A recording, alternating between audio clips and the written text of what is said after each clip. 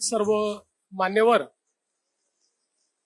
भगिनी आणि बंधूंनो, ज्येष्ठ स्वातंत्र्य संग्राम सेनानी आणि महाराष्ट्रातील राजकीय सामाजिक जीवनातील ज्यांचं एक अत्यंत महत्त्वाचं स्थान राहिलेलं आहे असे बाबूजी श्री जवाहरलालजी दर्डा यांच्या पुतळ्याचं अनावरण आज आपण या ठिकाणी केलेलं आहे।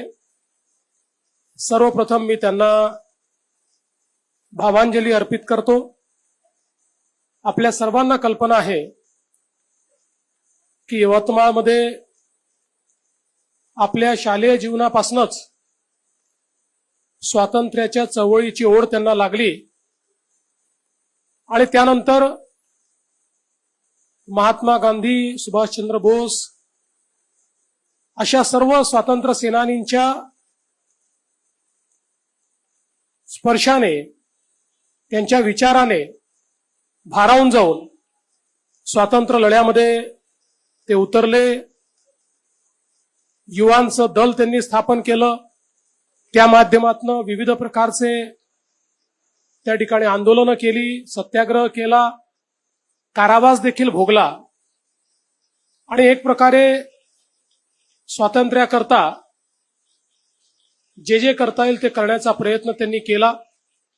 स्वातंत्र्योत्तर काळामध्ये सामाजिक राजकीय जीवनामध्ये त्यांनी महाराष्ट्राचे मंत्री म्हणून दीर्घकाळ अतिशय उत्तम काम केलं आणि विविध खात्यांचं काम करताना त्या खात्यांमध्ये त्यांनी एक आपल्या कामाची छाप ही सोडलेली आपण पाहिली।